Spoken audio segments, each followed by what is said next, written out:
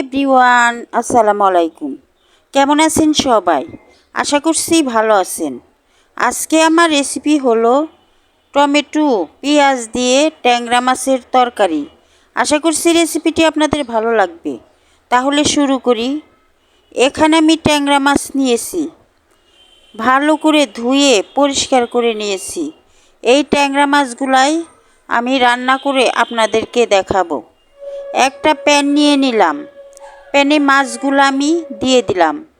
এখন কেটে রেখেছি টমেটো চিকন চিকন করে, পেঁয়াজ কেটে রেখেছি আর কাঁচামরিচ কেটে রেখেছি।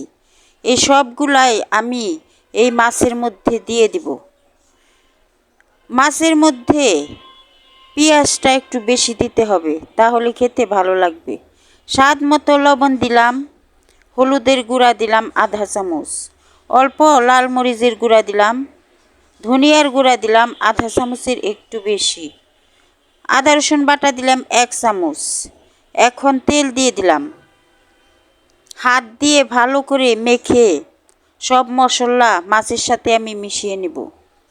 হাত দিয়ে মেখে নিচ্ছি, ভালো করে এইভাবে মেখে নিতে হবে। পানি দিয়ে দিলাম পরিমাণ মতো। এখন এই পানিতেই আমি মাছটা রান্না করে নিব। মাছটা যেহেতু রসা রসা হবে, ওই কারণে পরিমাণ মতো পানি দিয়ে দিলাম। চুলায় বসিয়ে দিলাম।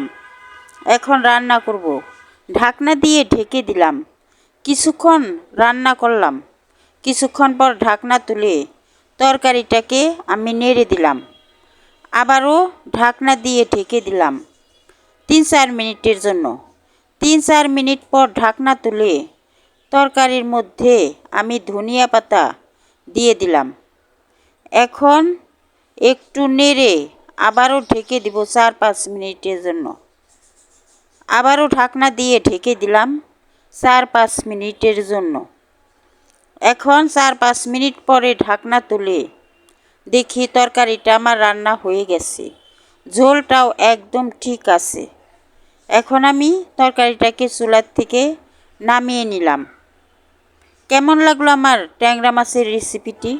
যদি ভালো লাগে তাহলে আমাকে একটা লাইক দিয়ে সাবস্ক্রাইব করে আমার পাশে থাকবেন। আল্লাহ হাফেজ।